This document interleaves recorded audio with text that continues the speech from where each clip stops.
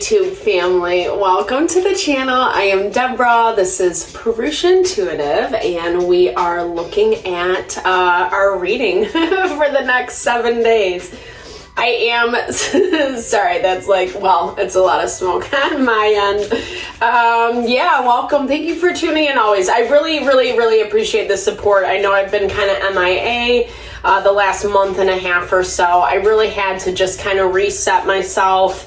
A lot has gone on. Literally, it's probably been the worst year of my life. And I don't say that in disparity because I've learned a lot. You know, there's always learning and growth potential behind it. And I'm sure as these videos unfold, I'll share a little bit more around that. But for now, we're going to look into the collective energy for the next 7 days. Okay, ooh, I love this. So in this deck, this card is really about like defining who you are, your power, your magic, what you bring to the table. It's the most powerful card in my opinion, right? Because we all need to learn how to tap into that source within ourselves. That's what makes life valuable and worthy, is knowing who we are and like honoring that and operating at our optimal function. It's too bad, so sad, right? Because we let so much bullshit get in the way. People, places, and things. The negativity, the lower vibrational energies, the heavier energies that keep us really rooted in the practical world, right? What's in front of us. It keeps us attached to our physical eye, meaning we're not seeing that spiritual sight, that higher overarching perspective, because those lower vibrational energies, whether it's like anger, fear, anxiety, manipulation, control, whatever it is, it like, I almost see it as it like sucks you down into the earth for deep despair. All right, well, enough for that.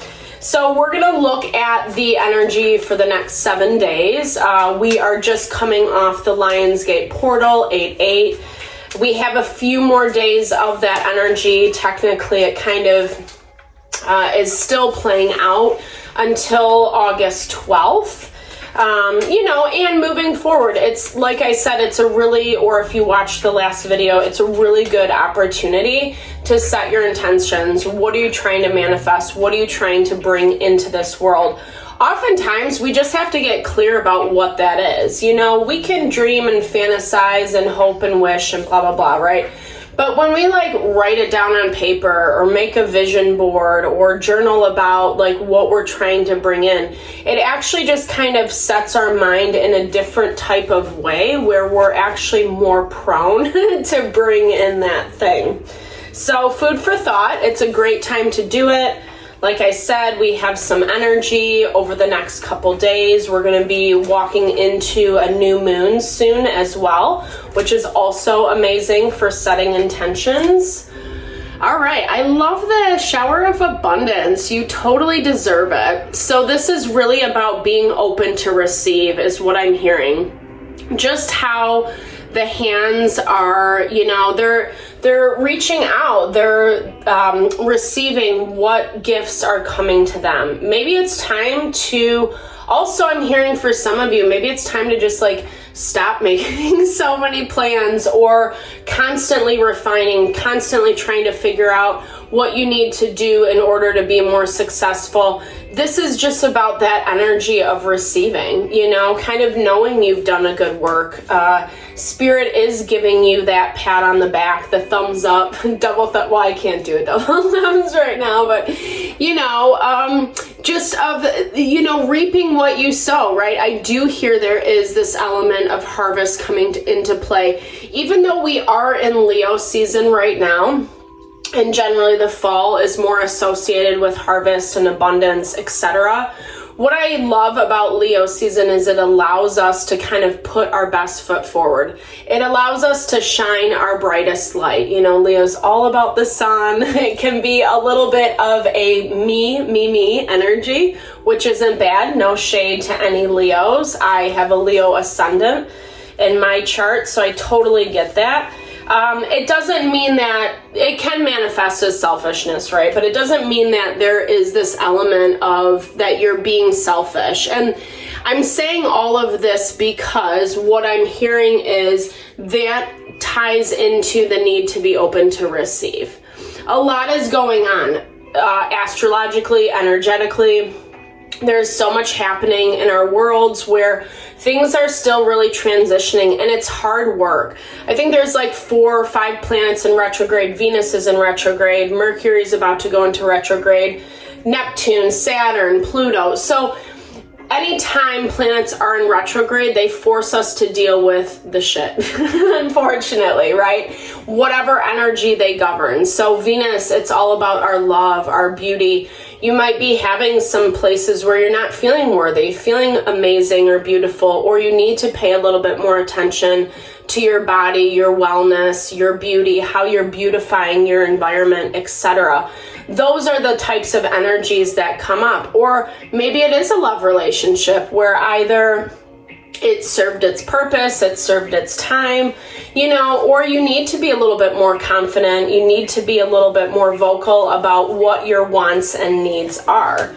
And none of those things are easy. But again, it taps back into this next week is a lot about finding ways to manifest what you want, but in that practical way, right? Sometimes when we think about manifestation, it feels very like woohoo or magical or like, does this really make sense? Again, it kind of taps back into what I was saying earlier, right? About we get so ingrained in our physical sight, what we see, not necessarily with our spiritual, our third eye, or that higher perspective. But we get so ingrained in what's in front of us, and it can kind of keep us in a cycle for way longer than what we need to be, right?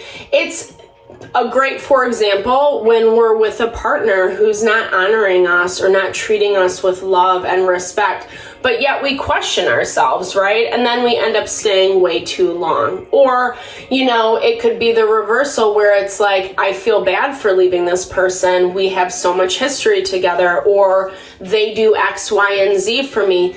Even if it doesn't feel right on the heart level, it's so important to know ourselves. I know that's kind of a cliche, but it's true, right? Like spending that time. And what I love about that, especially when we attach it back to what we're manifesting, using our magic, using our power, when we know ourselves, we know what we want, right? We can better align saying yes to things, saying no to things that don't serve us, or really just kind of like being an adult person and saying, you know what, I think that this relationship has run its course, or it's time for me to move on from this job, from this career, because I want more out of life, right? I want to actually take time to manifest what's important to me. And this week is all about, yes, I think we need to receive abundance, right? That initial card, because it taps us into more abundance, right? When we open up, when we receive, when we stop scrutinizing, analyzing, having the anxiety, the fear of the unknown, etc., it actually allows us to get into a better space of really kind of putting our energy towards what we're bringing in. This week is a lot about kind of finding that balance, right, between asking and receiving. I do think it's time. I think that there's more to come. So I'm hearing this week it's more about the small gifts, the little things, finding blessings in, the smaller thing, right? The small things, to be redundant, right? Sometimes I wish my words would come out a little bit more fluidly, but I don't know. I think my mind works way too fast for my mouth, which might be a good thing. I don't know. Maybe some people will disagree. That's okay. All right. So Queen of Cups energy. I love this, opening up into the tarot. Queen of Cups, Cancer, Pisces, Scorpio. She is amazing at really tuning into her heart space, right? She is all about the emotions, the feeling, the love, and really kind of giving honor and respect to the more spiritual, esoteric side of life. she's tuning in, and I feel like this is the energy that needs to be embodied over this next week.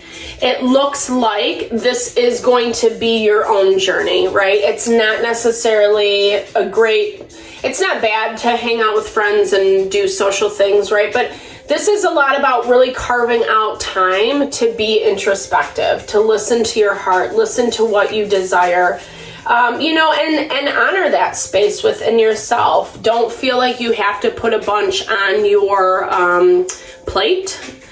Dealing with a King of Wands. Okay, so this is Aries, Leo, Sagittarius energy. It's masculine energy. It's someone who's watching you and waiting. Do you know about this person? Maybe this might be someone from behind the scenes that you've never met before. I'm hearing for some of you, it's an opportunity coming in. This also could be someone that you know. Maybe someone who wanted something with you. Maybe someone who chose to walk away from a situation is what I'm hearing, and is now regretting that a little bit. Yeah, totally. Because in your energy, you have the 5 of Swords right off the bat. So you've put up some really heavy boundaries. I feel like that message is twofold. You needed to put up those boundaries. Number one, this person, I hear, didn't really have your best interests at heart.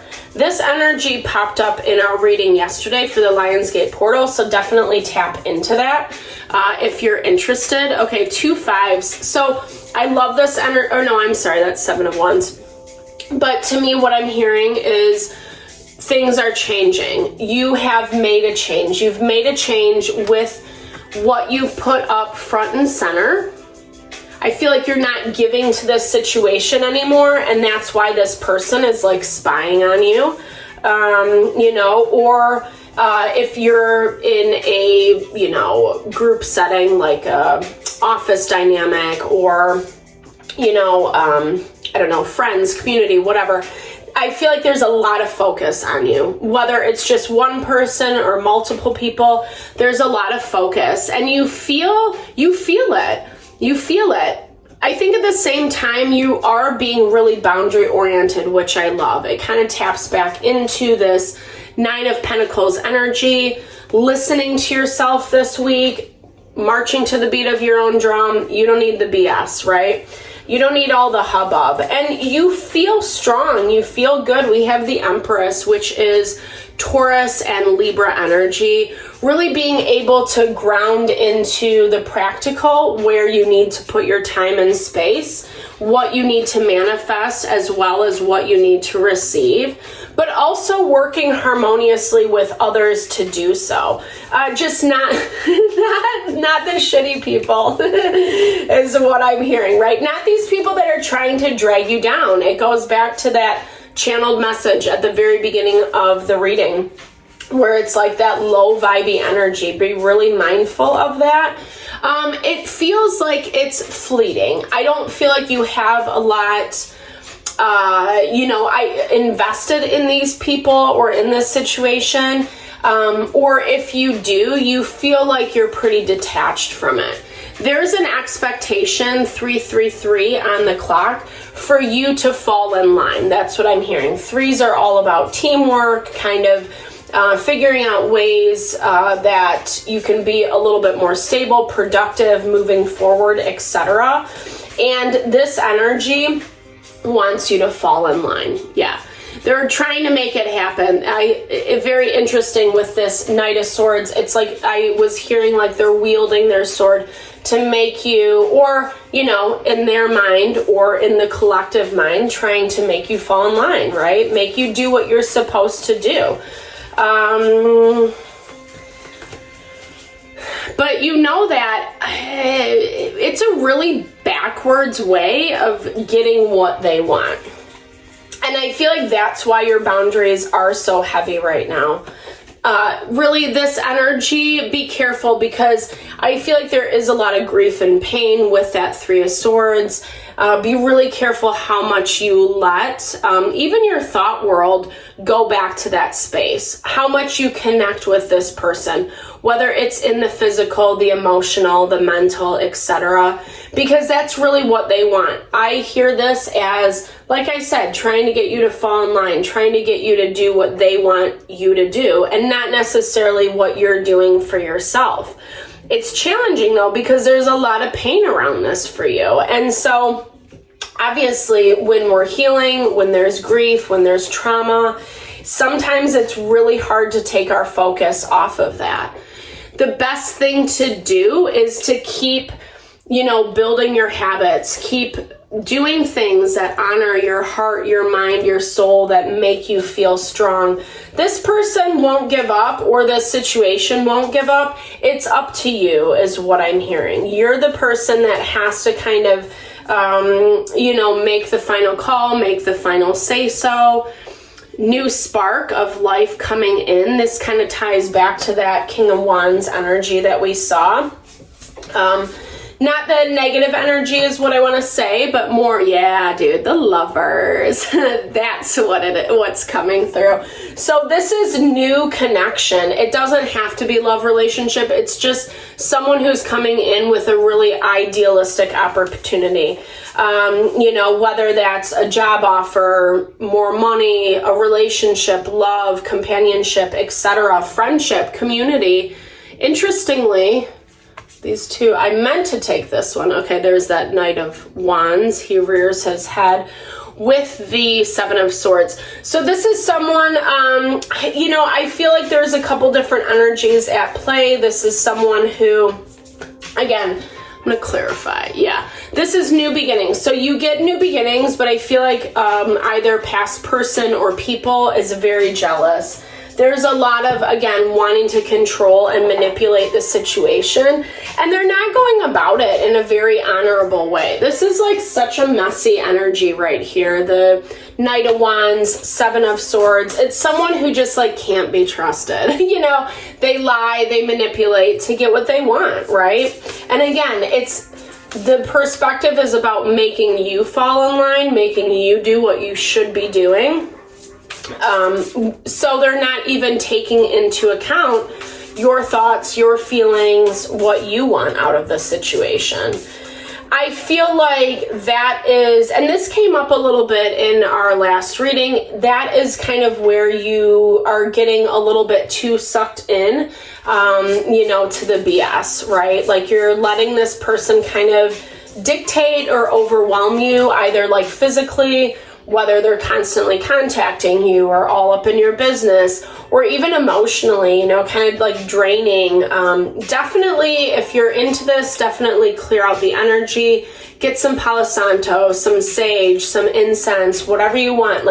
Really make sure to kind of clear yourself out, clear out the space, Google it if you're not really sure how to do that, etc. But that's really going to kind of keep your mind right or where you want it to be, I should say, right? Yeah.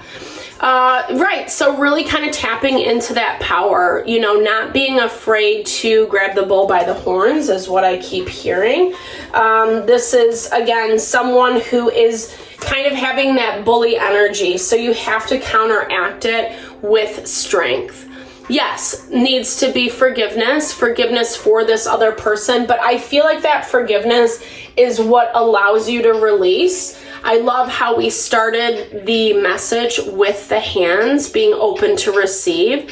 So in that space of you releasing, letting go, you're actually opening up for a stronger, way to receive more abundance, right?